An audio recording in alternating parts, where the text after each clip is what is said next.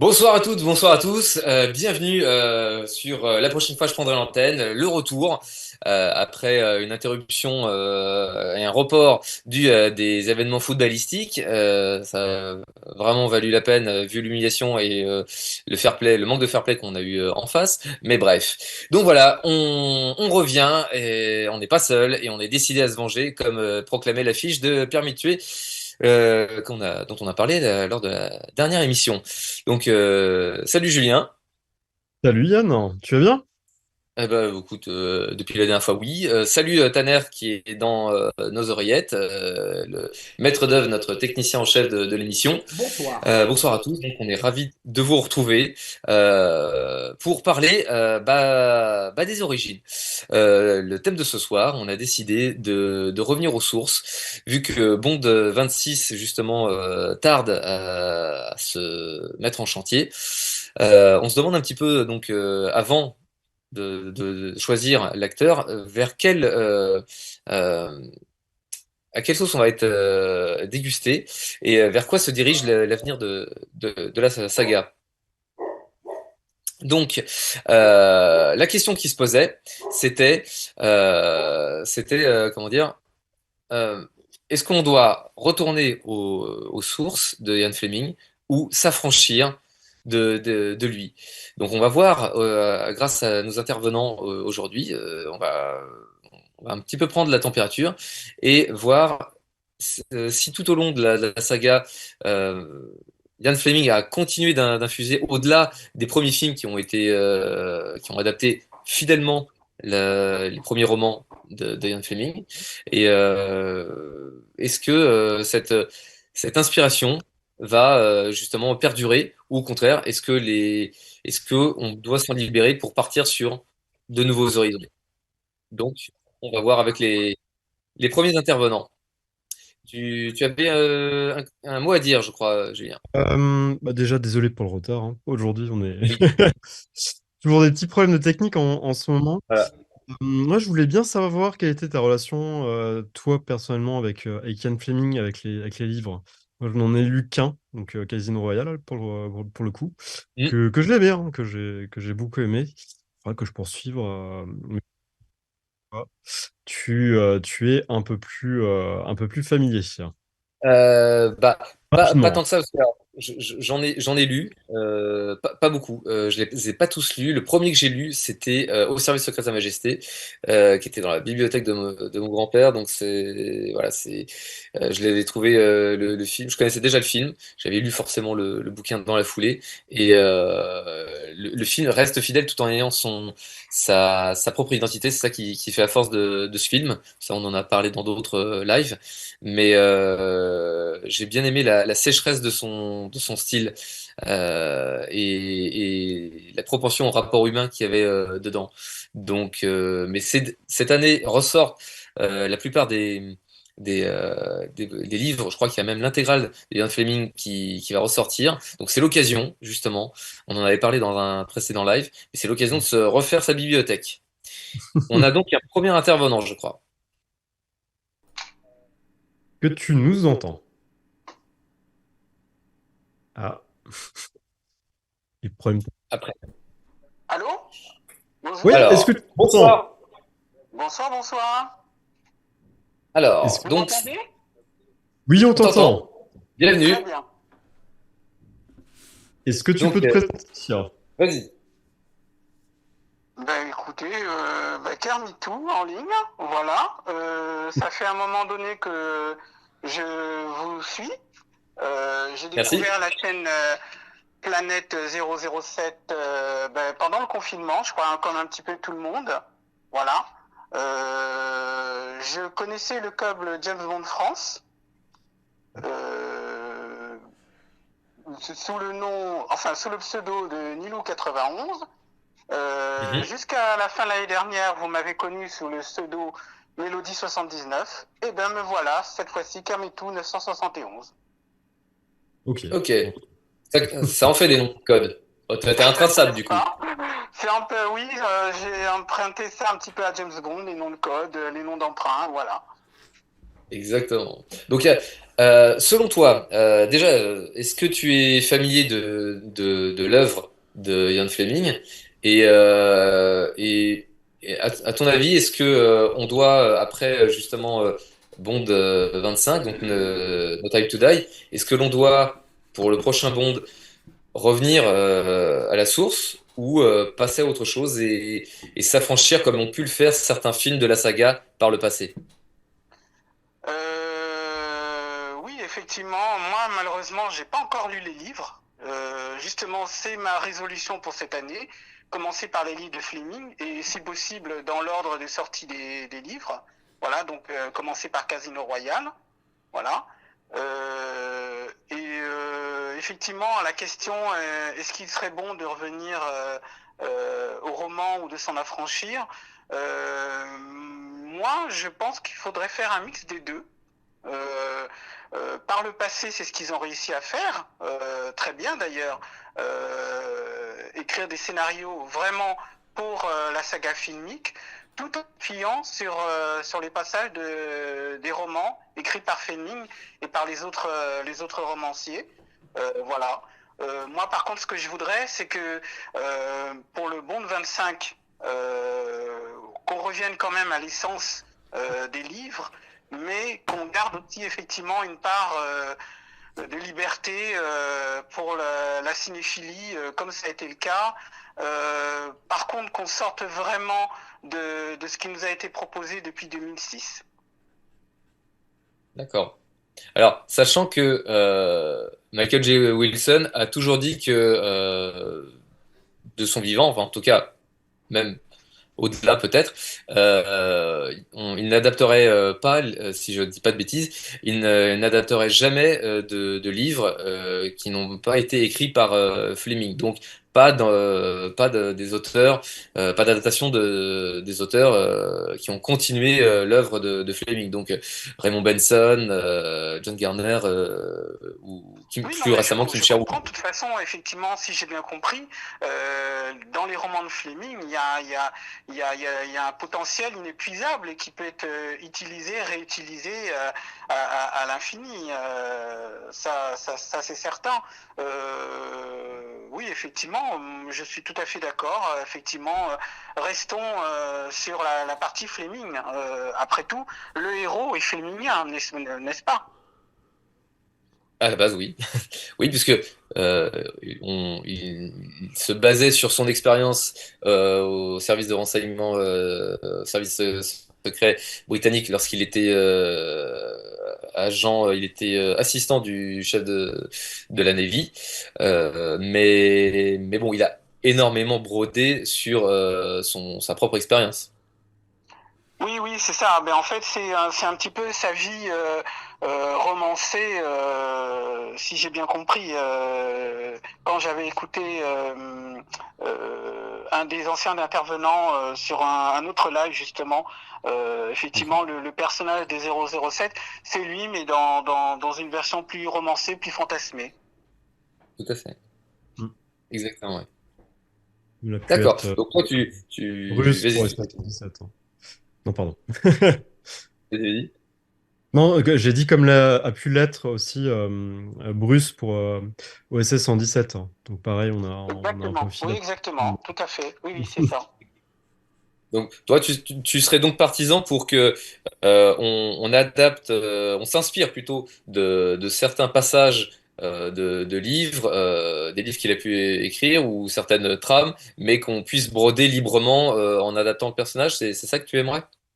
Oui, Adapté à regardez par l'époque, exemple, si vous prenez License to Kill, euh, il est le croisement de trois romans, je crois. Il y a Vivre et laisser mourir. Il y a certains tout passages à qu'on fait. retrouve, et puis il y a aussi une partie qui est purement scénaristique. Et par exemple, quand vous prenez Rien que pour vos yeux, c'est pareil. Parce que Rien que pour vos yeux, c'est 4 nouvelles qui sont dans un même contenu, dans un même livre. On a gardé le personnage de Mélina Havelock, on a gardé le personnage de Christopos, on a gardé aussi le personnage de Colombo, mais après on a construit toute une histoire autour et ça fait lien, ça fait sens. Donc ça, ils sont capables de le faire. Voilà. D'accord. Bah, écoute, oui, c'est effectivement, ils peuvent s'inspirer de ce qu'ils ont fait déjà dans la saga. D'accord. Donc c'est S'appuyer sur une base déjà existante, mais à partir de là, tout en restant dans une ligne directrice, pouvoir effectivement avoir des inspirations, parce qu'après il faut pas oublier que il faut amener le personnage dans les époques qui vivent, puisque James Bond, ce qu'il a fait perdurer, c'est qu'il a toujours été un instantané de notre époque. Il ne s'agit pas de détruire la sève, l'ADN du personnage, mais de continuer à le faire évoluer avec son époque et avec son temps, tout en s'appuyant sur les romans. bah, c'est une bonne synthèse. D'accord. Bah, merci pour ton point de vue en tout D'accord. cas. Ben, avec plaisir, et puis à la prochaine fois. Ouais, Et ok. à la prochaine fois et on espère que tu continueras de suivre et qu'on te retrouvera sur nos lives ou dans le chat aussi des futures Ben, émissions. écoutez, maintenant que j'ai fait le plus dur, c'est-à-dire me lancer, oui, certainement. Exactement. Et sur la page, sur la nouvelle, le nouveau groupe Facebook Planète 007 qu'on a créé en début d'année, voilà, n'hésitez pas à venir vous abonner également, comme sur la chaîne. Oui, oui, ben, de toute façon, c'est ce que j'ai fait. Là, je me suis abonné déjà à la chaîne. C'était ma résolution pour cette année. Et puis, ben oui, de toute façon, je continuerai à vous suivre. Et puis, Merci, et puis à intervenir aussi sur les différents chats, sur les différents lives. Et puis, Exactement. la prochaine thématique de la prochaine fois, je prendrai l'antenne. J'espère être parmi vous. Ouais, on a quelques idées. Ça promet d'être animé. Très Merci à toi bien. en tout cas. Ben, je vais Merci écouter tout Pierre-Michel. ça. Et puis bonne soirée Ça marche. à vous deux, et puis à toute l'équipe, et puis coucou à tout le chat aussi. Et bah pareil, merci oui, c'est beaucoup. effectivement c'est une très bonne idée. Salut Kermitou. Alors, ce qu'on souhaitait faire aussi, bah, alors peut-être déjà regarder et saluer un peu le chat. J'ai vu qu'il y a pas mal de nos spectateurs Exactement. récurrents, dont Mani, Jean-Jacques Garin qui est souvent là, Malco aussi, qu'on voit de temps à autre.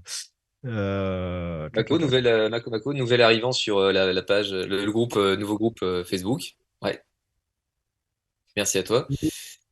Justement, le chat avait enchaîné sur la réédition des livres. Donc en avril, selon Mani. Par contre, est-ce que tu sais s'il y aura une traduction en français? Là-dessus, je ne suis pas persuadé. Bon, Je t'avoue. faudra qu'on me Bah, donne l'info prochainement. ouais, on vous la confiera. Et j'avais lu justement le problème et que Fleming va poser des problèmes avec les règles actuelles comme MeToo. Après, une bonne adaptation permet aussi justement de garder la sève du roman, hein, justement, l'adaptant. Donc, comme Casino Royale avait été adapté à son époque, tout en gardant vraiment son corps, hein.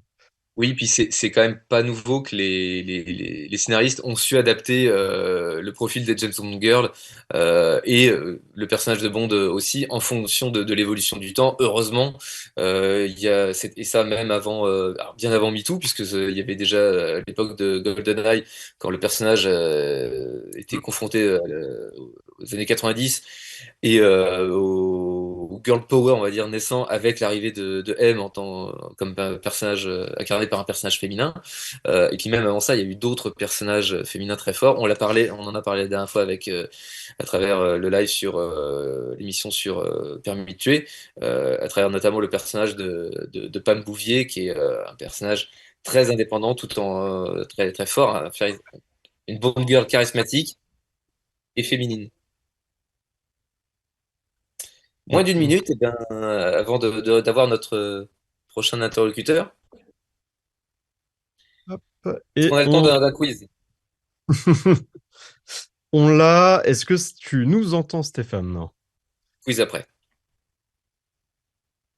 Oui, on t'entend très bien.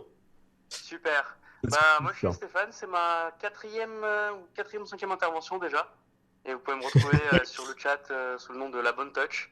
Et je vous invite aussi à voir ma Merci. chaîne YouTube consacrée à James Bond, évidemment. Ouais, Ça marche. j'ai ajouté un petit coup d'œil, c'est très sympa. Un collègue. Merci. Ok. Merci à toi. Tiens, vas-y, Julien. Alors, toi, quel est ton rapport avec Fleming? Est-ce que tu avais découvert les romans plus jeunes? Ou peut-être sur le Non, tard, pas du en tout. toute J'ai conscience? lu seulement Casino Royale il y a très récemment. Ouais, Par contre, je me suis plus intéressé à sa vie d'un point de vue général. Et notamment la série Fleming qui a été sortie en plusieurs épisodes avec Dominic Cooper en 2016-17, si je me souviens bien. oui, oui. Donc, donc voilà. Et je vois un peu les commentaires, les inventions. C'est vrai que je vois maintenant, c'est très populaire de revenir sur des faits d'histoire, surtout de la Seconde Guerre mondiale, avec des romans d'espionnage, des films d'espionnage. Il y a le film La Russe qui est sorti récemment sur l'opération avec Ian Fleming justement. Vous aviez un film avec un espion joué par Benedict Cumberbatch qui était aussi sur un espion pendant la guerre froide. Donc je pense qu'il y Oui. a de la matière et c'est l'une des deux voies, je pense, que devrait adopter la saga. C'est soit il y avait une rumeur de Allô? revenir dans le temps et de revenir dans les années 60, un peu comme avait fait le film Agents très spéciaux avec Henry Cavill il y a quelques années. Oui. Et du coup, ça permettrait d'adopter les romans, mais aussi comment dire, de s'affranchir de certaines séquences comme MeToo par exemple, ou certains passages qui permettraient d'avoir un peu plus de liberté, de se dire oui, mais c'est un contexte historique. Sinon, après, je pense que la géopolitique actuelle offre la possibilité de reprendre le personnage de Fleming. En fait, on a actuellement comment ça se passe, qu'on voit avec les guerres, les différents conflits. Euh, les livres de Fleming sont une vraie source d'inspiration et en fait, ils sont toujours valables même aujourd'hui. L'espionnage, les trahisons, la recherche, les conflits, l'intérêt géopolitique, tout ça existe encore et il y a énormément de matière à faire. Et on peut parfaitement s'inspirer de ça en adaptant un petit peu le personnage, les conflits. Pourquoi pas? Donc je pense que les romans ont toute leur place. Euh, Est-ce que justement tu n'as pas peur on ait perdu Yann? Mon Dieu, la technique, la technique. Est-ce que tu n'as pas peur justement que ces sujets soient un petit peu trop sensibles, hein, justement, quand tu vas voir pour la plupart des personnes, quand Non, tu vas voir un monde. au contraire, pour Ouais, rebondir sur ça, j'ai fait une vidéo sur les 20 ans de Meurt un autre jour. Et en fait, qu'est-ce qui a fait que le film a un petit peu bidé par rapport chez les fans et aussi au box-office? C'est qu'il s'était un peu éloigné de la réalité, à contrario des films de Craig qui étaient totalement à la page en fait. Ça parlait du terrorisme, ça parlait de menaces, on va dire, actuelles, aussi bien dans Casino Royale que dans Quantum ou même Skyfall, avec cette vente de ouais, données, ce espionnage de masse. Même dans Spectre, on le voit un petit peu. Quand il y a l'espionnage de masse par les gouvernements. Donc, je pense que les gens, ils seraient intéressés parce que c'est un héros actuel qui lutte contre des problèmes actuels, en fait. Il y aurait moins ce côté fantastique, aventure, mais vraiment ce ouais. côté espionnage, je pense. Ouais, non, je suis assez d'accord sur ça, surtout que ça permet aussi un peu de désamorcer euh, sur un sujet assez actuel, ça permet aussi de le désamorcer via un prisme entre guillemets, un peu plus ludique, bien que les derniers n'ont pas forcément beaucoup été. Mais, euh, mais oui, je vois ce que tu veux dire. Voilà.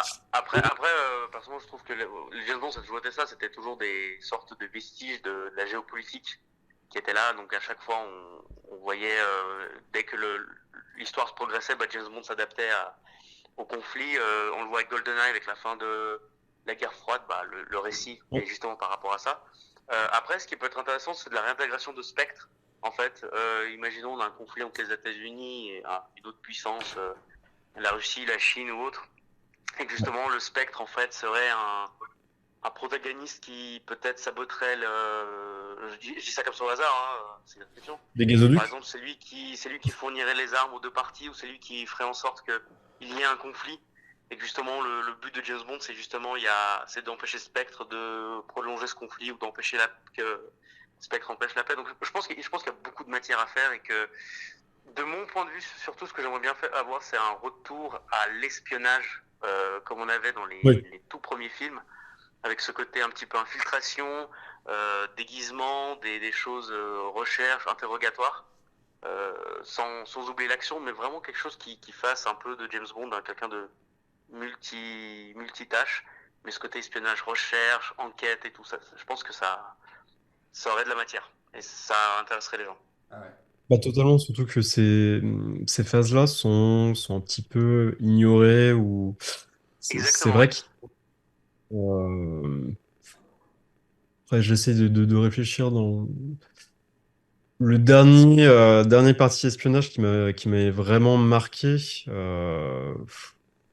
J'ai envie de te dire pratiquement Casino Royale où Ouais. il infiltrait justement tout ce qui était l'arrière-boutique de l'hôtel pour voir euh, la vidéosurveillance. Et non, c'est vrai que ça manque un peu. Bah, Euh, pour rebondir un peu, à titre d'exemple, la saga Mission Impossible, elle repose un petit peu, elle fait un grand écart entre l'action et l'espionnage. Et je trouve que les scènes d'espionnage sont vraiment très bien tournées, ils ont du sens. Je prends l'exemple de Fallout où bah, ils s'introduisent dans le Grand Palais, ils essaient de voir comment ça s'appelle, un homme de main ou quelque chose comme ça, mais ils n'arrivent pas à faire les faux visages, donc il y a ce côté, bah, on essaie de se faire passer il pour, y a, il y a une et gestion ça de plaît aux gens, l'attention. donc je pense que vraiment il y a sa place, quoi.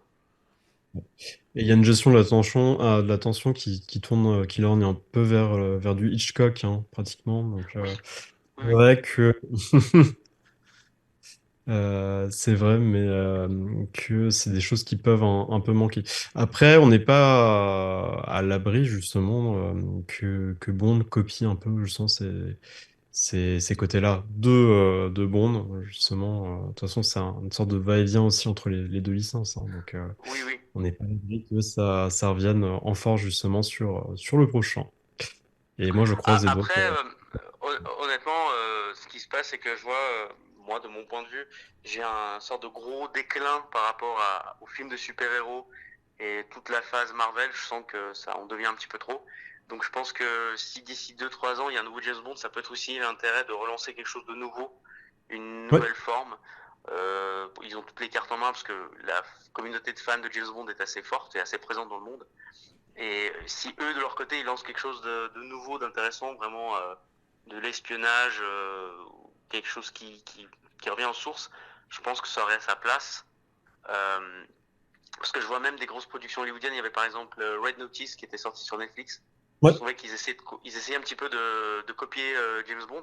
Alors personnellement, j'ai bien aimé le film, pour être honnête, mais voilà, je trouvais qu'ils essaient de copier James Bond, et c'est vrai que on voit de plus en plus de productions qui essaient de copier James Bond, à se dire que ça devient un petit peu parodique, même pour James Bond. Donc si, je pense que c'est une occasion pour les producteurs de repartir à zéro, vraiment aux sources, et surtout de lancer un nouveau truc, un nouvel mode qui ferait que bah, d'autres studios vont rejoindre évidemment, mais qui pourrait un petit peu sortir de ce côté grand spectacle, action, et se concentrer sur l'intrigue, les personnages, vers des films beaucoup plus simples, je pense, beaucoup plus terre à terre. Et Ouais. ça, franchement, je pense que ça plairait aux gens, quoi. Là, je te suis plutôt. Par contre, ouais, c'est vrai que Les producteurs semblaient vouloir rester du côté euh, de l'émotion, c'est ce que j'ai Ouais. vu. Donc, bon, on verra bien. De toute façon, le film n'est pas encore sorti. Et puis, je pense qu'on sera quand même, j'espère, surpris et en bien. Donc, bah, c'était très sympa d'être passé nous voir une fois de plus, hein, Stéphane. C'est Ouais, toujours plaisir merci, de toujours un parler avec plaisir. toi. Et Merci de toute beaucoup. façon, je pense qu'on se reverra, on se entendra bientôt. Avec grand Donc, plaisir. merci beaucoup, hein, Avec grand Stéphane. plaisir. Merci beaucoup. Et bonne interview. À tout à l'heure. Merci, salut, ciao, ciao. Salut. Hop. Alors, on va essayer de récupérer Yann s'il arrive. En attendant, on vous avait préparé comme un petit quiz. Euh, Touc. On sait que vous les aimez. Je voulais juste souligner une remarque très juste de Jean-Jacques qui dépeignait Bond un peu comme un anti-héros et je pense que ça peut être aussi intéressant de bien appuyer euh, sur ses, f- sur ses failles, plutôt le côté défaut vice du personnage, ne pas en trouver de justification et le garder en tant qu'anti-héros. Enfin, pour moi, c'est quelque chose qui fonctionne assez bien et ce que Dalton arrivait facilement par exemple, hein, dans son jeu, facilement à souligner. Donc au niveau du quiz, donc je vais vous poser quelques petites questions. N'hésitez pas justement à me répondre dans le chat. Dans Meurt un autre jour, James Bond se fait passer par un ornithorynque. Dans quel roman se fait-il passer pour un spécialiste des oiseaux? Il aurait fallu une petite musique, musique d'ascenseur.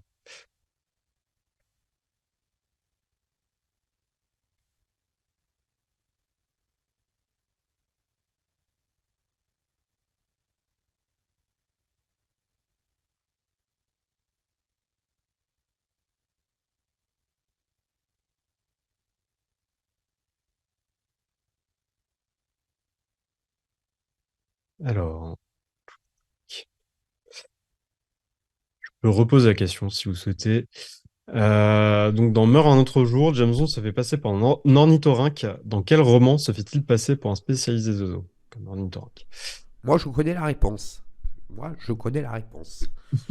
Allez, je vais venir t'épauler un petit peu parce que comme Yann, visiblement, a des gros problèmes de connexion, euh, Ouais. je vais co-animer. Bon, malheureusement, vous ne voyez pas mon visage, mais vous reconnaissez ma voix. Donc, voilà. Bah, c'est honneur, non? En attendant, le prochain intervenant.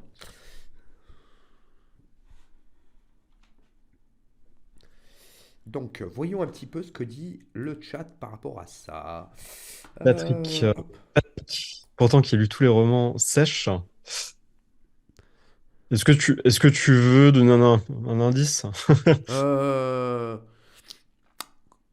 Alors, son nom de famille est composé de 2 lettres. Voilà.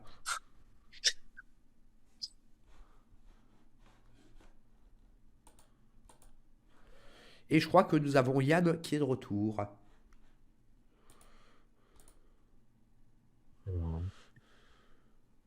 Ouais. Est-ce que ça va fonctionner? Vous avez dit hein, qu'on avait des problèmes. Ah ben voilà, normalement Yann est de retour. Le roman, c'était donc Docteur No. Hein, Exactement, tu as tout compris. pour le coup. Et ce qu'on a Yann à nouveau. Attention, mystère. Bonsoir à tous. Je ne sais pas si on me revoit. Oui, on te revoit, mais tu n'as pas le fond adapté. Non. Est-ce que... Je ne sais pas si je suis en ligne. Bonjour. Tu es en Rebonsoir. ligne. Ouais, tu es en ligne. D'accord. Bon, bah écoutez, désolé pour le contretemps technique. Je ne sais pas, j'ai eu un problème de connexion et vous voyez mon magnifique fond vert. C'est pour ça que je On vous va dis faire. et que je vous répète, ne vous connectez jamais avec vos téléphones portables. Connectez-vous sur des PC. Alors, Oubliez Apple et les merdes américaines. j'entends Connectez-vous bien. sur des PC. Donc, eh ben écoute, on va faire avec. Où est-ce que Et tu... Je reviendrai peut-être plus tard dans de meilleures conditions, les amis. J'ai dit ornithorynque.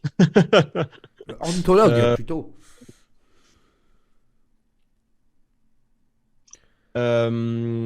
Patrick demandait, Docteur No, avec la société Aubution. C'est ça, absolument.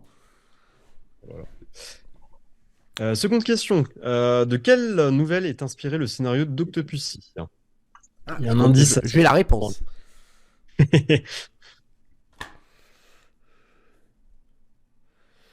Alors, Super. laissons nos auditeurs prendre le temps de répondre à la question. De quelle nouvelle est tiré le film Octopussy?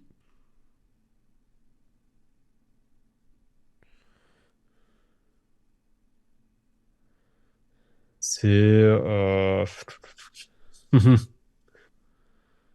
Moi, Et- je connais la réponse. C'est d'ailleurs le dernier recueil de nouvelles qui est sorti Oui. après la mort d'Ian Fleming. C'est un recueil de nouvelles qui est sorti à titre posthume. Oui, et comme le dit Patrick, effectivement, c'est la première nouvelle du recueil. Non, non, c'est pas la première, c'est la dernière. La première étant Bronzé de Berlin, dont est inspirée une des parties du début de Tuer n'est pas joué. Bien joué.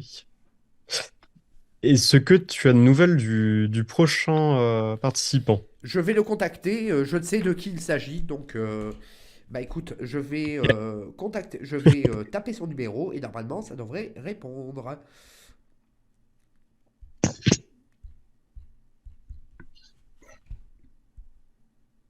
Quand on vous disait que la technique ne nous épargnait pas, hein.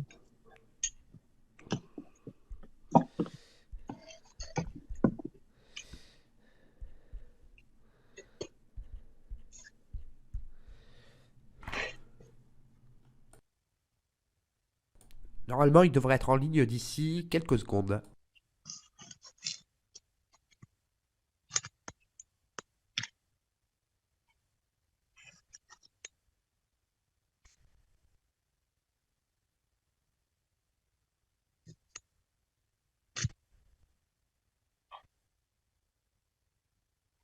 Que tu nous entends bien, Pierre?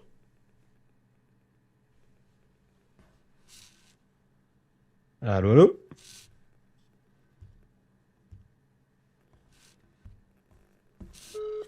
Ah, il y a peut-être un problème de micro. Allô? Oui, on t'entend. Oui, ça a Parfait. coupé quand t'as raccroché. Ah, Ah non. Ouais. oui, est-ce que tu nous entends bien? C'est tout bon? Oui, je vous entends très bien, oui. Ta voix me dit quelque chose. Tu t'appelles comment? Moi, je m'appelle Pierre et j'ai Ah, 10 salut ans. Pierre. Salut Pierre. Donc ça y est, Salut. en spécialiste des romans. Salut Pierre. Je t'entends très mal par Ah, contre. ah, alors, toi, tu nous avais déjà un peu raconté justement tes premiers amours avec Fleming. Ce qui pourrait être intéressant, c'est est-ce que toi, tu vois justement Bond comme un anti-héros euh, tel que Fleming a pu le décrire dans ses romans? Alors, moi, je le vois effectivement comme un anti-héros. C'est un personnage qui picole, c'est un personnage qui fume, c'est un personnage qui est pas. Voilà, qui a beaucoup de défauts. D'ailleurs, Fleming l'avait écrit dans une interview. Il a dit mais James Bond n'est pas un héros, c'est un anti-héros. D'ailleurs, je n'aimerais pas l'inviter à ma table. Hmm. Parce qu'il serait très ennuyeux. Et, il a très peu de connaissances culturelles. Il n'a pas lu très peu de bouquins. Donc oui, quelque part, effectivement, c'est anti-héros et c'est ce côté anti-héros, ce côté humain finalement, qui le rend, en tout cas à mes yeux, intéressant.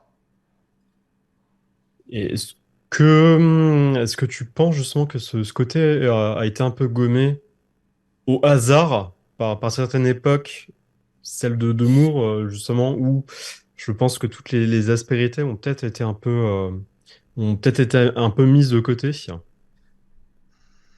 Moi, je pense que ce qui fait justement l'intérêt, en tout cas du personnage littéraire de James Bond en littérature, c'est ce côté humain. C'est ce personnage qui, la nuit qui précède son départ pour l'île de Docteur No, il flippe tellement qu'il en mord son oreiller de peur, quoi. Et puis c'est un personnage qui a des émotions et des peurs. Et ce qui est intéressant, c'est qu'il affronte ses peurs. C'est pas un personnage sans peur et sans reproche, le proche chevalier sur sa wet bike qui va sauver la princesse, quoi. C'est un personnage voilà, beaucoup plus complexe, beaucoup plus trouble. Et je trouve que effectivement, par moment, effectivement, je pense qu'on a un peu gommé ce côté-là, et quand on en fait un personnage, un super-héros un peu trop lisse, il perd à mes yeux de son intérêt.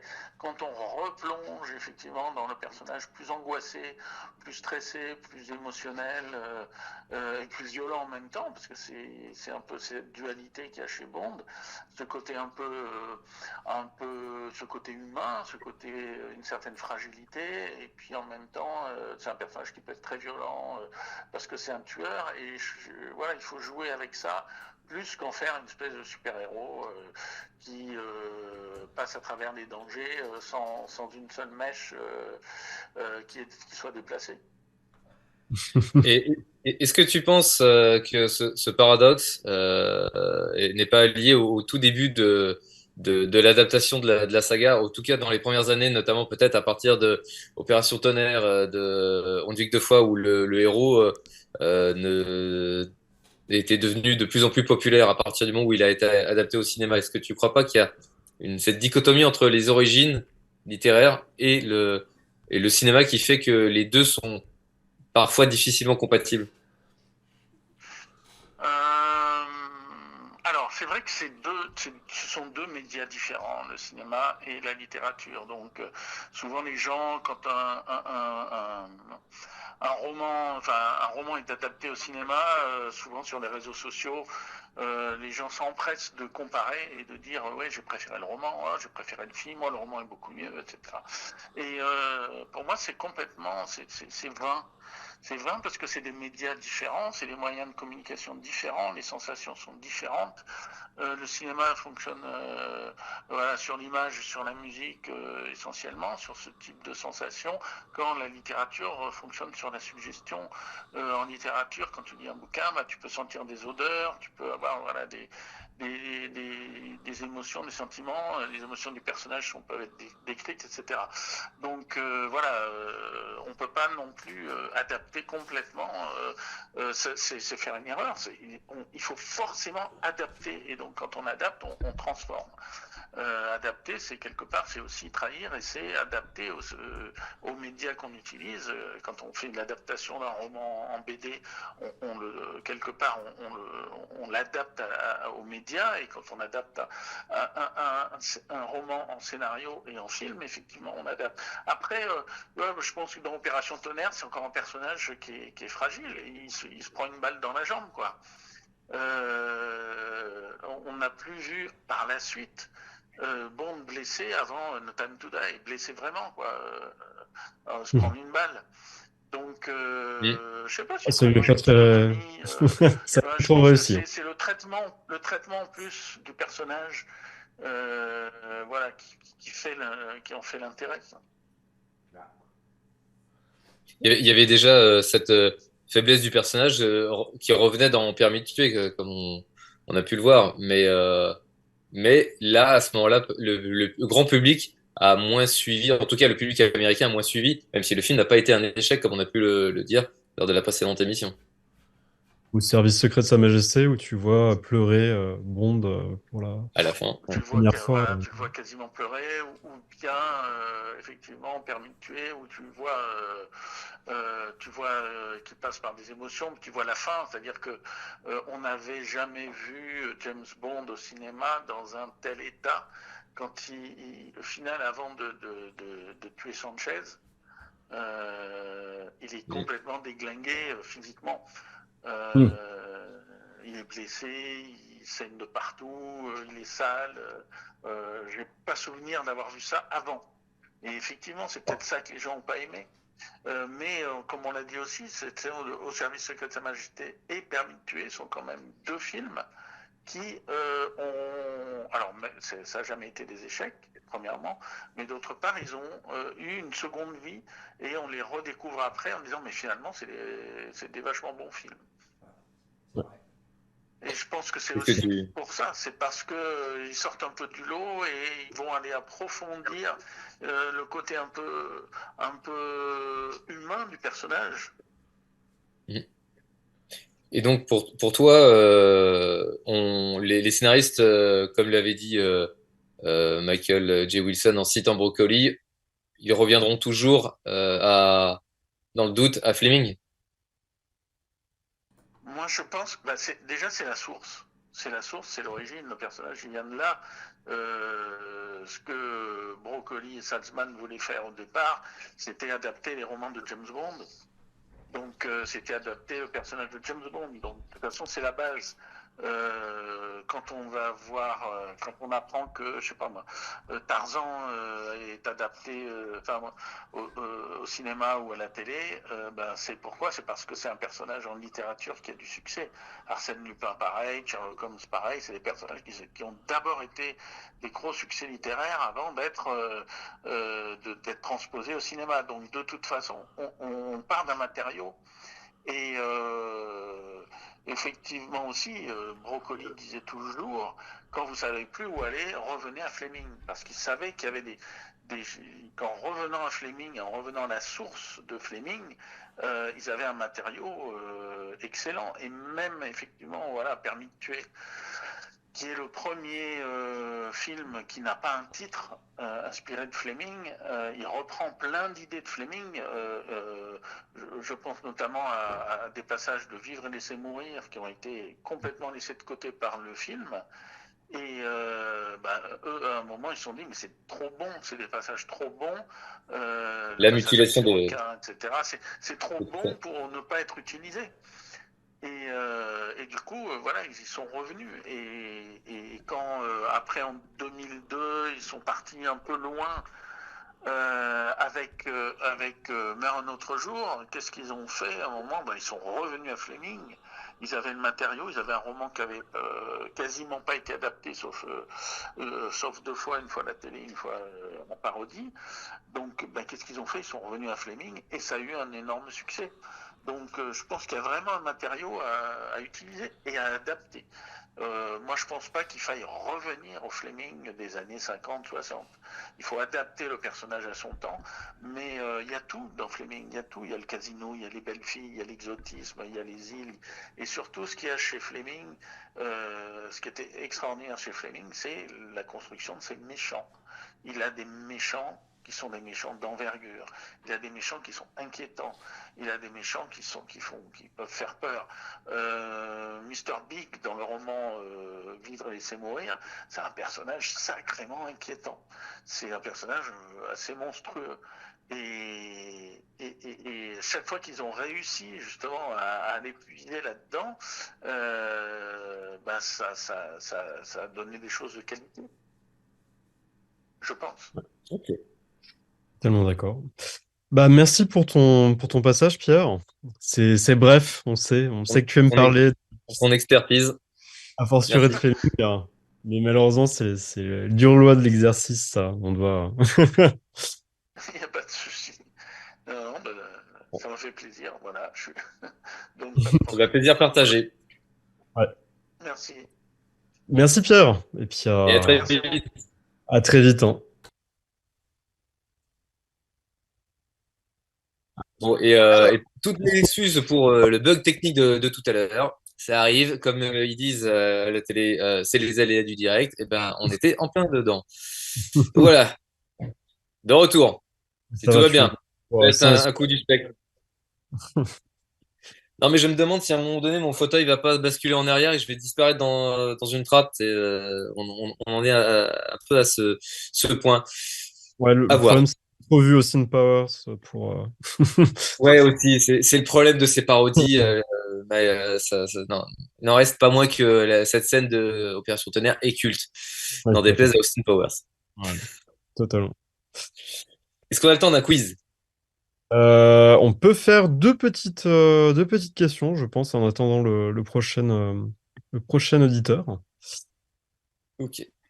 Eh ben, je crois que j'ai eu un trou une absence à un moment donné. Vous avez fait déjà la question numéro 2 et 3, c'est ça? Et la question 2 a été faite, donc on peut faire la 3 et la 4, ouais. La 3 et la 4. Alors, numéro 3, quelle est la particularité stylistique de la nouvelle Motel 007 dont s'est inspiré le film L'espion qui m'aimait? Euh, et la réponse est intéressante parce que à l'ère justement d'un nouveau girl power, d'un nouveau MeToo, post-MeToo, ça peut être ça montre que Fleming était en avance sur son temps.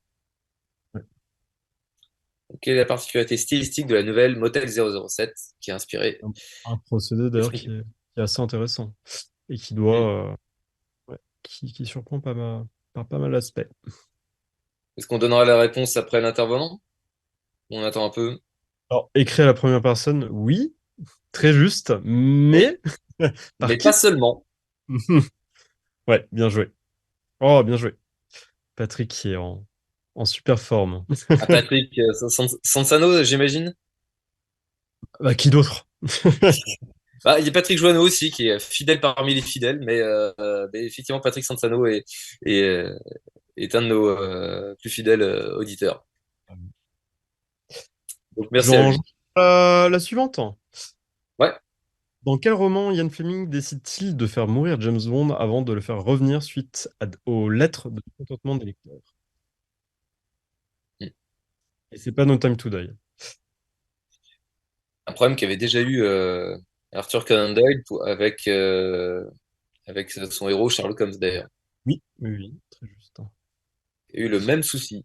C'est compliqué, hein, le personnage d'un roman qui se met justement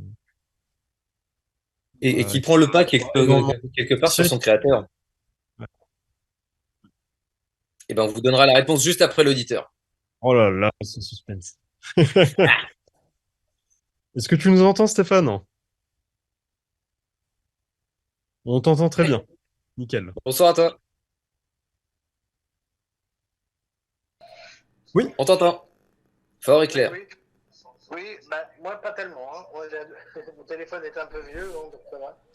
Oui, oui, bonsoir à tous, hein. Oui, bah écoutez, j'espère que le bon film m'écoute bien, mais bah, j'espère qu'un jour on fera un vrai débat sur Au service de Sa Majesté. J'espère bien. Eh ben, on a déjà fait un live dessus et on t'invite justement à le voir si tu ne l'as pas dans le replay si tu ne l'as pas encore vu. C'était super intéressant. Oui, oui, parce que si, j'ai un peu vu. Mais moi, je me dis, j'aimerais bien un jour que, puisque j'ai eu la chance de le voir avec le club James Bond, la soirée en grand rêve, il y a plus de 10 ans, de voir vraiment le film intégral, à part les scènes coupées, dont celle où Bond est repéré par les membres du Spectre avec Sir Hilary Brand, par le grand George Baker. On a vu quelques photos, mais on a eu la chance de voir la scène en entière. On était émus comme tout, puisqu'elle avait été coupée à l'époque. Patrick, je vous coupe tout de suite. Retirez le replay Le d'émission que retour. vous avez derrière vous, ça fait un écho. D'accord, d'accord, j'essaie de le retrouver le replay. Voilà. Oui, merci à toi. J'essaie Et de alors, le retrouver le replay. pour revenir au thème de l'émission de ce soir, donc à ton avis, est-ce que on doit après pour Bond 26 revenir à la source avec des éléments des précédents romans de Fleming qui n'ont pas été encore adaptés, ou est-ce que on doit repartir sur une nouvelle page blanche? Bah, une page blanche, hein. Ah oui, Oui. ah oui, ah oui, page blanche, ah oui, c'est clair. Hein. Faut refaire un truc totalement nouveau, hein. Ah ouais.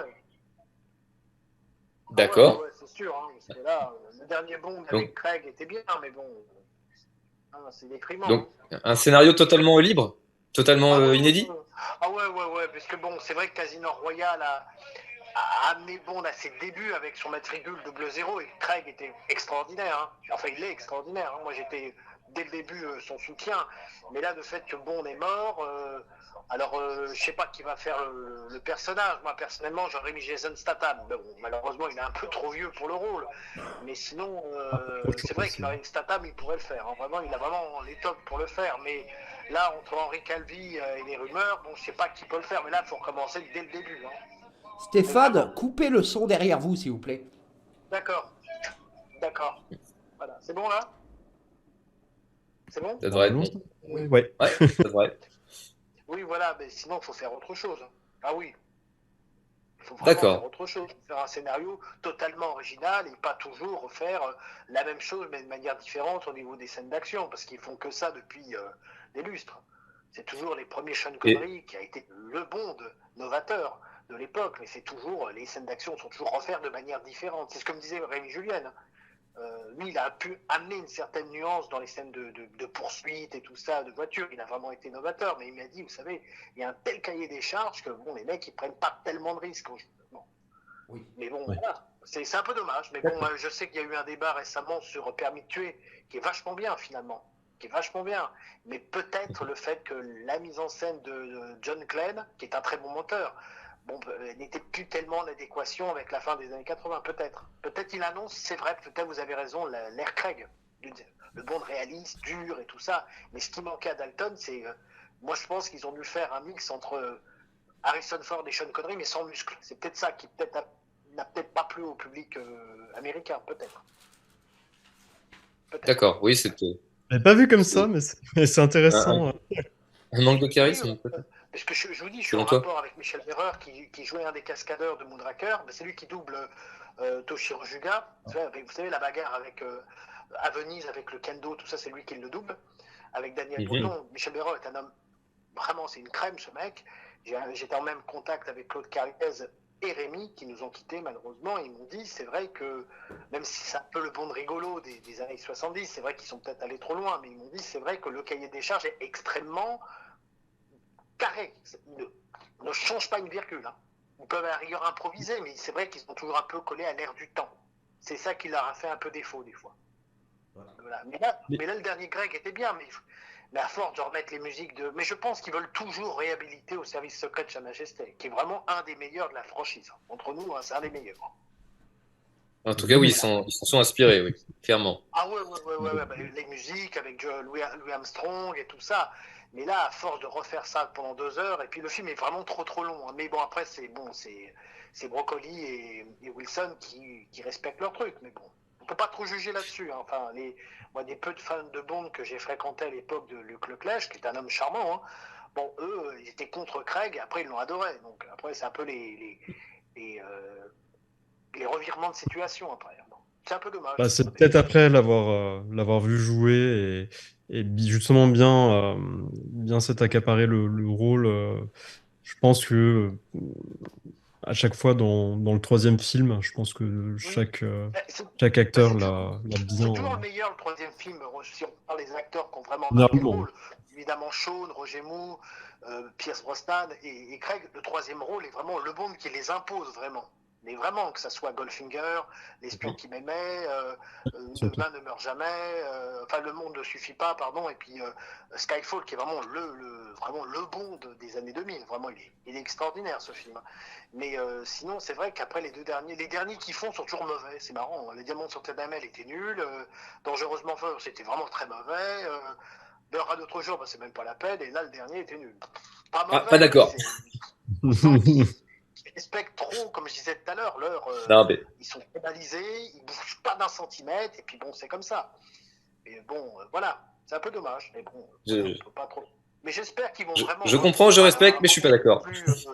Plus dur, hein, finalement, j'espère. Voilà. Hein, voilà. Mais sinon, vous, quel est le Bond qui vous a le moins plu, finalement, dans toute la saga, le moins plu? En tant que personnage ou en tant qu'acteur ou interprétation Non, en tant que film, en ou, tant que film. Pour moi, le ou moins film. bon, vraiment, c'est les. Et je sais que j'ai une admiration sans borne pour Sean Connery, mais c'est vraiment les diamants sortent éternels. Il est vraiment pas bon. Hein. J'ai beau regarder. Meurt un Non, autre jour. Oui. Très facilement. Moi, il est ouais, aussi Les Diamants sont éternels et malheureusement pour Christopher Lee, L'Homme au pistolet d'or, pour moi, ils sont ex aequo dans mon flop 5, on va Bah dire. oui, mais moi, ce que j'aimais dans L'Homme au pistolet d'or, c'est qu'ils ont essayé avec Guy Lamitot de trouver une sorte d'équilibre entre le réaliste et la comédie. Mais malheureusement, ça s'est planté. Pour l'époque, hein.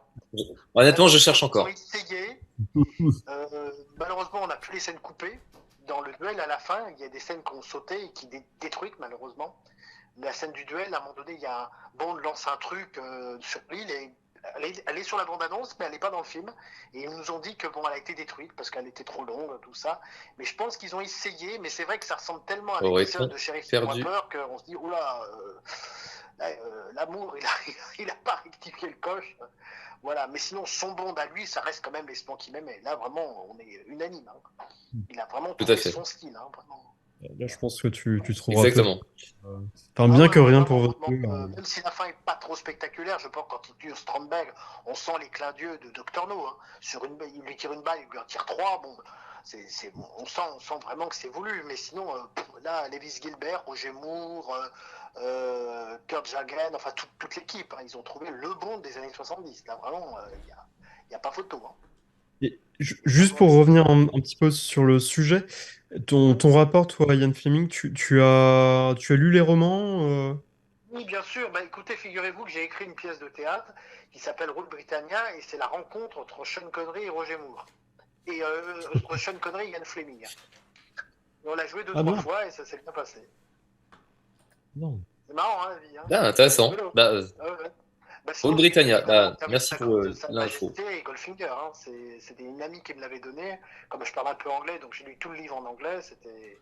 Bon, ça n'a rien à voir avec le film, hein, c'est sûr, on en est aux antipodes. Hein. Il y a plein de choses qu'on sautait, mais c'est vrai que c'est des livres. Putain, le mec, il s'est Alors, cassé la tête. sachant que il paraît qu'il y a un écart entre les traductions et le français et le style original de Fleming, tu conseillerais à un nouveau lecteur de commencer plutôt de se mettre à l'anglais pour les lire en anglais ou attendre les rééditions françaises? Là, les gars, écoutez, retrouvez vos mots et apprenez l'anglais. Hein. Ah oui, c'est en anglais. Hein. En France, vous allez décaler comme tout. Hein. Ah non, il y a des jeux de mots, il y a des subtilités qu'on peut malheureusement pas traduire en français. Ça, c'est normal. Hein. Vous savez, une ligne d'anglais, c'est 3 mots de français. Hein. C'est normal. Comme galate, comme get back. Donc, on peut pas le traduire, ça. Voilà. Mais sinon, là, vraiment, il faut le lire en anglais. Hein. Vraiment. Hein. À tous les bons feed, en anglais. Hein. Et qu'en anglais. Hein. De toute façon, maintenant, je vois que les bons en anglais. Ça marche. Merci pour. En anglais, donc voilà. Et juste une toute petite question, est-ce que ta pièce a été filmée? Non, malheureusement, mais on pense la rejouer dans pas longtemps, puisque le Covid est en train de se calmer un peu. Donc on va prendre des extraits de la pièce, et c'est Fleming. Bon, c'est inventé, hein, on a tout inventé. Hein, on n'a pas fait Sean Connery n'est plus de ce monde, donc il va pas nous dire c'est vrai, c'est pas vrai. On a essayé d'inventer qu'est-ce qui s'est passé entre Fleming et Sean Connery, puisque vous le savez tous, Ian Fleming ne voulait pas, enfin il n'imaginait pas dans ce rôle, dans son personnage, puisqu'il voulait David Niven et Gary Grant, si je crois bien, et c'est Terence Moon qui l'a complètement façonné. Mais après, on s'est dit, mais qu'est-ce qui s'est passé entre Fleming et Sean? Qu'est-ce qu'ils se sont dit? Ben là, nous, on a essayé d'inventer. Un bel exercice de réflexion pour le coup. En tout cas, merci. Parce que vous savez, si c'est pour faire des remakes, on n'en sort plus. Hein. Il faut essayer d'inventer. Pour ça, tout à l'heure, vous me disiez qu'il faut faire un scénario très brut. Oui, il faut complètement casser le cahier des charges, complètement. C'est comme ça, c'est pour ça que Skyfall a été un tel triomphe, parce qu'ils ont, évidemment, on sent les clins d'yeux des anciens films, et ils ont essayé vraiment, et je pense qu'ils y sont arrivés avec Sam Mendes, de vraiment foutre en l'air le système, et de dire faisons autre chose. Mais ils ont appuyé, oui, beaucoup sur le côté un peu méta du long métrage, hein, qui est... Oui, bien sûr, même si vous avez, il y a des gars qui mauvais goût, c'est vrai, et quand qui ne ils plaît vont pas par les tout le monde. pièges à la fin, on sent vraiment le clin d'yeux à l'agence touriste. Je dis, bon, bah, ça va une fois, 2 fois, bon, après, bon, on respecte, mais la façon comme il tue le méchant, évidemment, on sent les clins d'yeux de Rien que pour vos yeux et tout ça. La première cascade sur le train, on sent évidemment les clins d'yeux d'Octopussy. La scène avec la moto, on sent évidemment le clin d'yeux à Jamais plus jamais, même si c'est le Bond un peu mis de côté. Et pourtant, on s'aperçoit que la franchise s'est inspirée énormément de Jamais plus jamais, hein, qui est un des meilleurs des années 80 entre nous. La scène avec la montre, la scène avec la moto a été reprise je sais pas combien de fois avec Brosnan, avec Craig et tout ça. C'est dingue, hein, c'est le Bond non officiel et tout le monde a imité Jamais plus jamais. Comme tout le monde a imité Opération Tonnerre. C'est ça qui est dingue. Oui, c'est une façon de voir les choses. Tous les bons qui n'aiment pas ce film-là, je dis, mais regardez en détail. Regardez, le pire, c'est GoldenEye. La scène avec la moto, c'est pile Jamais plus jamais. C'est pile ça. Bah, la scène du tir où ils s'entraînent au tir, dans Skyfall, écoutez, moi j'ai vu Jamais plus jamais. Il y a un clin d'yeux, mais direct. Hein. Voilà. Sinon, sous un autre. Oui, je l'avais pas vu comme ça non plus. Oui. Je vous écoute. Hein. Non, bah, c'est l'intérêt de cette émission, c'est justement d'échanger avec les auditeurs et d'échanger des points de vue qui sont des fois radicalement différents. Ah ben moi j'adore ça, échanger avec d'autres fans, des gens qui aiment vraiment James Bond. Puis comme je suis votre chaîne sur YouTube, et votre analyse est vraiment exacte. Hein, vraiment, on sent vraiment que les mecs se sont creusés la tête et c'est super. Hein.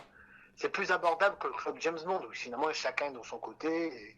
Et qu'il y a des événements, il y a eu donc le bureau et pas les fans, donc là, bon, voilà, là, c'est différent.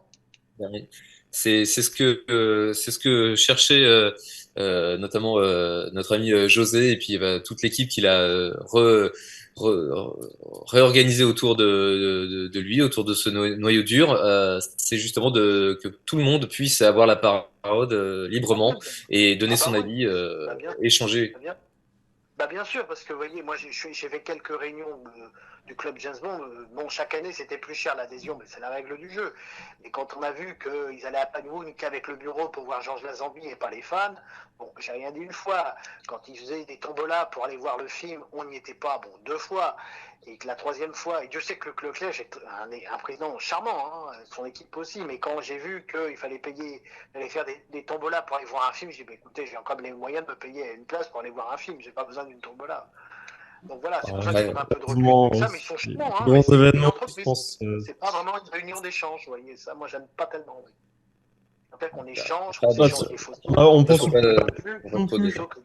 voilà. On n'a pas les mêmes buts non plus. Voilà, c'est une entreprise. Hein. On propose quand même énormément de choses. Du monde entier, donc il nous donnait les infos au dernier. Bon, il est généreux quand même, mais bon, en même temps, on sent qu'ils étaient entre eux. Hein, donc voilà.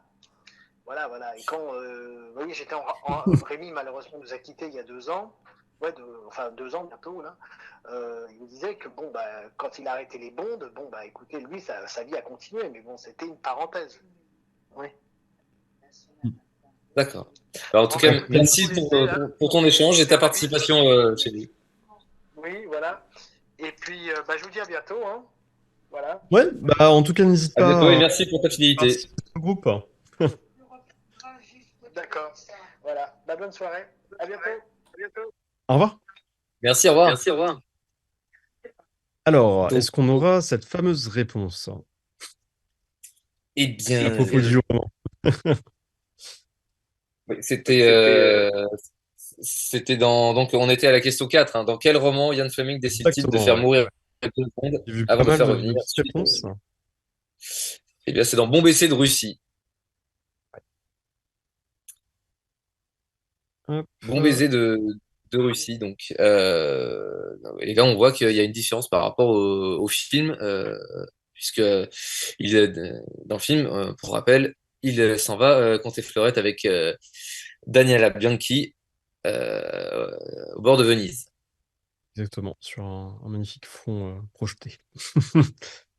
Oui, elle savait pas nager ou il n'y a pas un truc comme ça, non? Ouais, je crois qu'elle avait le père, Daniela Bianchi. C'est pour ça qu'ils le tourné de mémoire. Il y a un truc comme ça. D'accord. Là, tu vois, j'ai oublié cette anecdote. Moi, il y avait. On a le temps d'une autre, non? Allez, on a le temps d'une autre. À moins qu'on ait. Alors, je vais la choisir, parce que ce sera la. Oui, bah vas-y.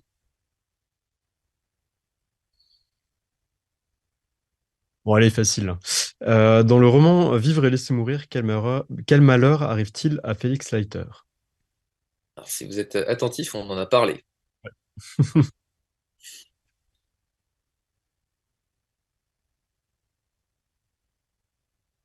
Et d'ailleurs, ça donne lieu à pour la novélisation de Permis de tuer, ça donne lieu à un chapitre qui s'intitule Quand la foudre frappe deux fois. Et c'est pas le meilleur passage du bouquin. Parce que ça fait un peu redondant, ça fait un peu lourd.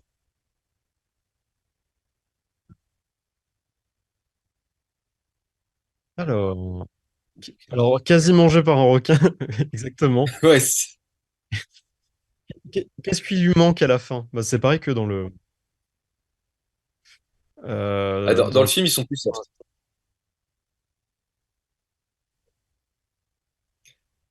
Jambes dévorées, ouais. Donc Il lui effectivement, manque. il perd Et un, une jambe et un bras dans le bouquin. et la tête, et la tête. Bon. Alouette. Non, peut-être pas quand même. On va pas jusque-là. Bien joué, Patrick. Et donc, on va donc accueillir notre dernier participant, donc Jean-Michel, qui avait déjà participé une précédente fois, il me semble. La première Ouais, fois, je tout crois. à fait. Ouais, ouais. Ça La- fait, Notre ça fait première fois. 3 fois, je crois que je passe dans votre très bonne émission Ouais, sur notre espion préféré. Donc, merci, ça fait plaisir. j'espère apporter un peu d'eau au moulin. Voilà. Avec un Aussi, autre hein. point de vue, parce que j'ai pas du tout les mêmes points de vue que les intervenants avant moi. Moi, je pense qu'on s'est éloigné complètement de l'univers de Fleming depuis 2006. Je pense pas que Casino Royale soit un retour aux sources. Moi, je pense que c'est tout à fait un éloignement de la saga originale. Enfin, telle qu'elle a été exposée avec Sean Connery en 1960. Je sais pas si vous m'entendez. Oui, on t'entend très bien. On t'écoute. Ouais, donc On t'entend, ouais. moi je pense qu'on s'est complètement éloigné de la saga, de film en film. Euh, J'avais très mal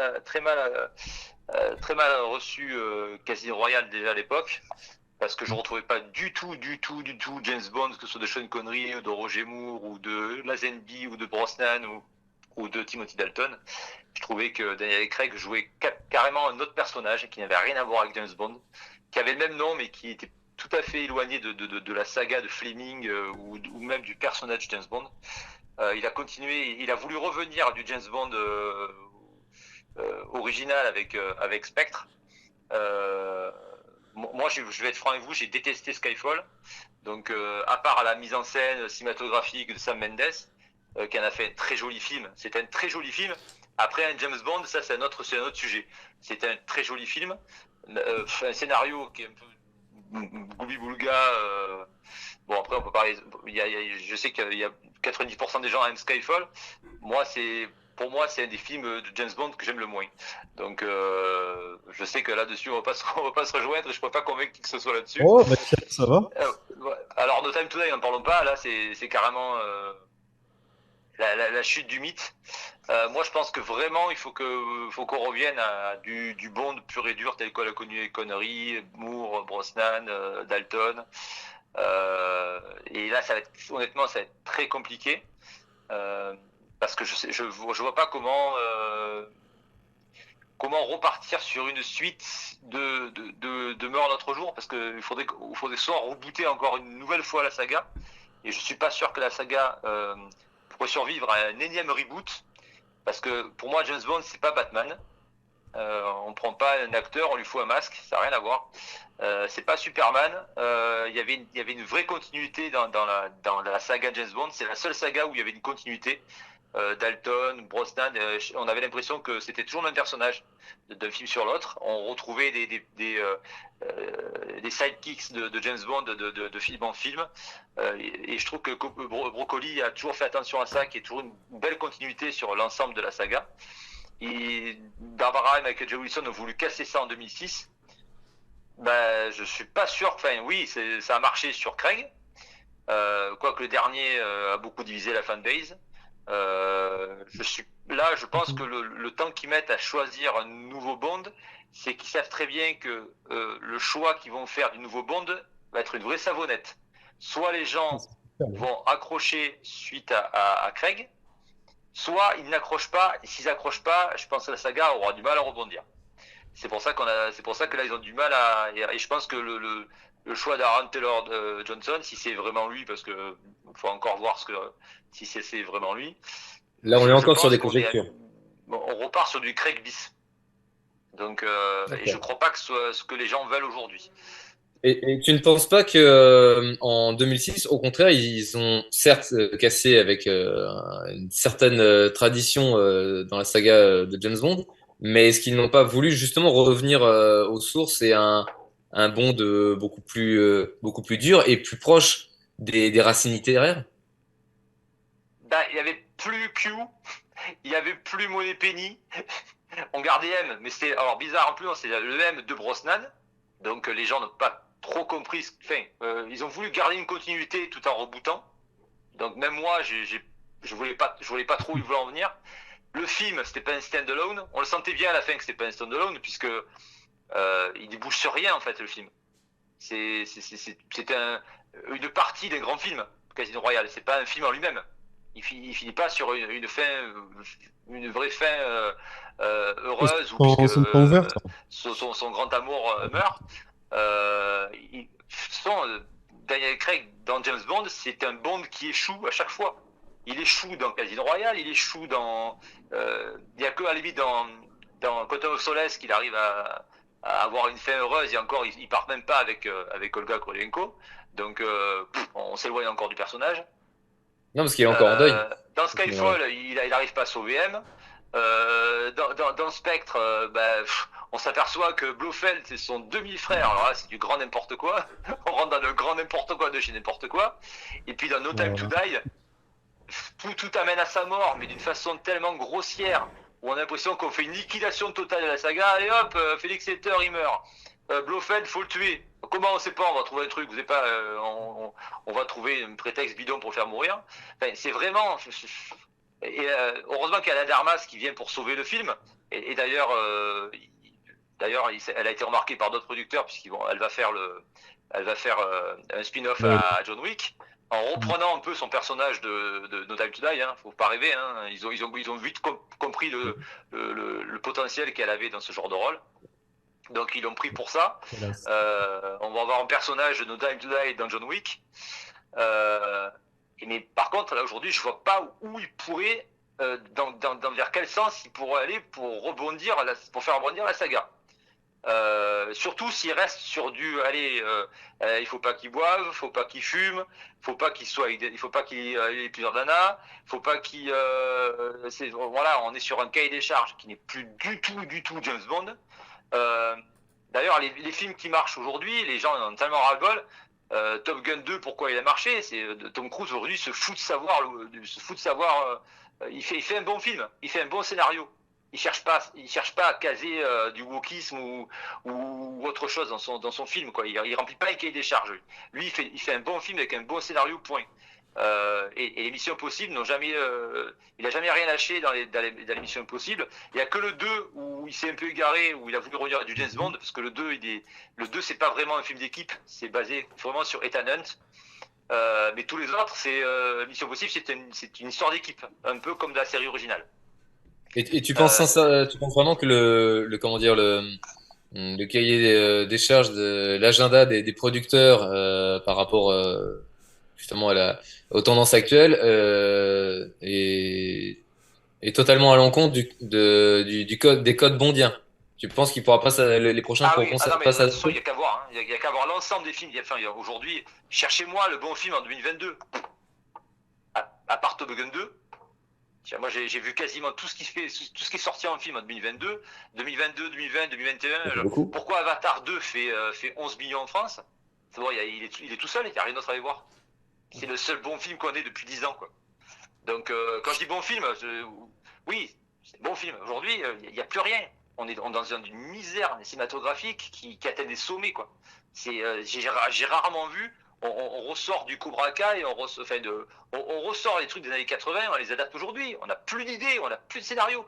Est-ce que vous avez vu Willow? Est-ce que quelqu'un a vu la série Willow? C'est Alors, pas encore. Je suis pas un film. comment Kathleen Kennedy, comment Kathleen Kennedy, qui a produit des très bons films avec Spielberg, peut sortir c'est ignoble quoi. C'est une série ignoble. Elle est nulle, mais d'une nullité incroyable. Cinématographique, scénaristique. Il n'aura pas fait de la pub pour Willow alors pour ce cas. Ah non, Mais, pas Willow, vous ne garez pas là-dedans, c'est une catastrophe. C'est du niveau, vous voyez la Cité de la Peur avec Farouja oui, je vois à peu près. C'est ce niveau-là. C'est ce niveau-là. Je vous garantis, c'est ce niveau-là. C'est-à-dire que deux caméramans amateurs avec 2 caméras fera mieux que Willow. Voilà. Alors Jean-Michel, excusez-nous parce que malheureusement on a un temps limité pour l'émission à notre grand regret. Sur James Bond. Mais pour James Bond. Donc voilà, je pense qu'aujourd'hui honnêtement, Fleming est très loin. On s'en est éloigné depuis 2006. On est à des kilomètres de Fleming. On est même à des miles on est carrément dans la stratosphère. Revenir à Fleming, ça serait déjà qu'on fasse un Bond avec un Q, un M, un Felix Leiter, et qui ont vraiment des vrais rôles, hein, pas je mets là pour le mettre là, voilà, qui ont vraiment un rôle dans l'histoire. Un scénario, mais alors il fallait, je veux pas être un scénario classique, hein. C'est bon, je veux même pas qu'ils cherchent des trucs trop compliqués, ils arrivent pas. Un scénario classique avec un méchant qui tient la route, un plan du méchant et James Bond qui arrive à mettre son grain de sel et surtout un James Bond qui a des gadgets, si ça ne dérangeait pas, parce qu'on n'a plus de gadgets depuis 2006, on n'a plus rien comme gadgets, c'est vraiment lamentable les gadgets, il n'y a plus rien. À croire que la technologie s'est grandement démocratisée, tu sais, donc du coup, ce qui était surprenant hier ne l'est plus trop aujourd'hui. Eh ben, on peut faire encore surprenant, hein. On arrive, mais c'est parce qu'on n'a plus d'idées. Les scénaristes n'ont plus d'idées. On peut surprendre, mais ils savent plus surprendre. Ils savent plus. Mais ils savent plus. Je sais pas ce que. On arrive le désert inventif. On a plus. Ils savent plus quoi faire. Donc du coup, on revient à du sans gadget parce qu'on sait plus quoi inventer pour donner un gadget à Bond, quoi. C'est le problème. Sauf que Bond sans un gadget, c'est plus Bond. C'est un point de vue. Vous voulez. Il y a plein d'autres héros qui n'ont pas de gadget. C'est Die Hard. Hein. On passe à du Die Hard. On passe à du John McClane. Il y a quand même certains épisodes Craig, John McClane, honnêtement, je vois pas trop de différence. Hein. Mais il y a certains épisodes très réussis, enfin qui sont plébiscités par les fans de Bond, comme Permis de tuer ou Service secret de Sa Majesté, où il n'y a pas de gadget. Mais Permis de tuer, il y a des gadgets. Hein. Excusez-moi, Permis de tuer, il y a des gadgets. Hein. Permis de tuer, il a des gadgets. Q arrive à mener la mission pour lui filer un gadget. Permis de tuer, il y a un gadget. Tu n'es pas joué, il y a des gadgets. Dans tous les Bonds, il y a des gadgets. Et des gadgets sans trop. Chez Craig, il n'y a pas de gadget. Zéro. Bill. Enfin, il y a une radio. 3 conneries du style le flingue ou qui reconnaissance Palmer à empreinte. Voilà, mais c'est vraiment très léger, quoi. On sait même pas à quoi sert Q d'ailleurs. On a mis Q depuis Skyfall. Dans Skyfall, il est quasiment inexistant, il sert strictement à rien. Dans Spectre, il est plus actif, il est vraiment sur le terrain plus qu'en gadget. Et alors dans No Time to Die, alors là c'est carrément on fuit Q pour cocher la case wokiste. Voilà, il sert qu'à ça, quoi. Donc c'est consternant, c'est vraiment consternant. Et Monet Penny, pourquoi mettre Monet Penny sur le terrain? Aucun intérêt du tout. Pour faire tirer sur Bond au début de Skyfall. Mais un background peut-être. Je sais pas, il est déjà assez déprimé, il est assez dépressif, il est déjà assez alcoolique pour en rajouter dans Skyfall, quoi. Je comprends pas, j'ai pas compris. Moi, j'ai pas compris l'intérêt de. Allez, en tout cas, on voit que tu attends beaucoup de Bond 26 et écoute, en tout cas, merci d'avoir donné ton avis. De Meurt l'autre jour au nouveau Bond et qu'on efface carrément les 5 films d'errance totale, quoi. De toute façon, ce sont des films. Je pense qu'on a compris ton point de vue. Ils vieilliront mal. Ils vieilliront très mal quand on fait un marathon de James Bond, qu'on fait toute la saga. Il y a vraiment ce reboot qui casse sur le reste de la saga. Même Brosnan, qui est fan de Craig, qui était fan de Craig, quand on lui a posé la question de savoir ce qu'il pensait de No Time to Die, certes. Il a dit oui, sauf là, mais il a même pas fini sa phrase. Voilà, je crois que le dernier Bond a vraiment déçu tout le monde. Et ça n'a rien à voir avec la mort de Bond. Hein. Attention, moi, je suis pas contre faire mourir Bond, pas du tout. Si Bond a une bonne mort et que le scénario impose la mort de Bond, aucun problème. On peut faire mourir Bond, c'est pas un souci.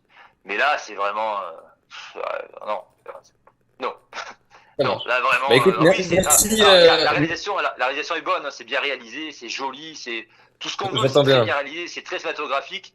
Mais alors, où est Bond là-dedans, quoi? Moi, ce que j'ai peur, c'est que Un avis assez euh, tranché. Ça, c'est clair. Bah écoute, en tout cas, Jean-Michel, merci pour je vous en ta prie. participation et pour ton avis Je vous en prie. très éclairé et très, Ce n'est très ce n'est que tranché. mon avis. Pas de souci. Au moment Bah, tu es en tout cas, passionné, on te le retirera pas. Hein. on le sent, ça c'est clair. Je pense que Merci. en live, vous auriez des tas de choses à vous dire avec plein d'autres intervenants, notamment Pierre. Je pense que vous auriez des tas de choses à vous dire. Ça serait digne d'une réunion du spectre. Ça serait assez animé. Non, mais ça serait justement la phase un peu clash de l'émission. Oui, voilà, pour un futur clash, ouais, ça serait pas mal pour le License to Live. Bah, on arrive au terme de l'émission, je crois. Une bonne soirée, hein, encore avec des avis. Euh, alors, Des avis, des clashs d'avis, des clashs techniques aussi. Encore toutes mes excuses pour mon clash technique de tout à l'heure et pour les retards en ouverture. Je crois je crois que tu voulais, c'était le moment d'avoir le mot de la fin, la c'était synthèse de. pour synthétiser peut-être un peu les différents avis qu'on a eus. Je pense, enfin, je pense déceler quand même une envie de retour quand même justement sur un côté féminin un tout petit peu plus prononcé. Revenir peut-être à quelque chose un peu plus routinier pour justement ressouder peut-être un peu la communauté. Je pense que La ça lui communauté, fera la fanbase, oui. Alors peut-être pas de sans mal. pour autant que ce soit consensuel, mais effectivement revenir peut-être pour Jean-Michel revenir à une formule plus traditionnelle comme la saga canon de 62 à 2000, 2002, mais qui elle-même s'était inspirée grandement, régulièrement au fil des films, même si des fois c'était à travers juste une scène, un passage, un personnage, mais en tout cas revenir aux sources. J'ai l'impression que la plupart de nos intervenants voulaient ça. Est-ce que c'est le reflet de la communauté? L'avenir nous le dira. Ouais. En tout cas, on vous remercie hein, d'avoir été assez nombreux hein, ce soir, dont des nouvelles petites têtes. J'ai cru déceler Oui, j'ai dans l'impression, oui. ça. J'ai l'impression. Donc, Je sais pas si on a donné la réponse quand même du dernier quiz. Je ne sais plus tout ça parce qu'avec dis-moi, j'ai bien dis-moi, interrompu. c'était. Oui, c'était sur Vivre ici mourir. Tout à Oui, fait. donc c'était bon. C'était bon. On a eu toutes les parties du corps qui ont été perdues par Félix. Et On se d'ailleurs, revoit bah, tiens, dans la boule. ça sera l'occasion on continuera à poser des questions parce qu'il nous restait encore 3 questions et 2 questions. Il nous restait encore 2 questions Est-ce qu'on finit par ça? On reviendra là-dessus pour la prochaine émission et on prépare un thème qui devrait être assez explosif, j'espère. On va en parler ensemble, on vous mijote ça ensemble et puis on revient dans un mois Bien, avec ça. merci beaucoup à tous et à toutes. Ciao, ciao. Merci à tous et merci à Tanner. Ouais, merci pour la réalisation pour le coup. Merci à tous. Bonne soirée.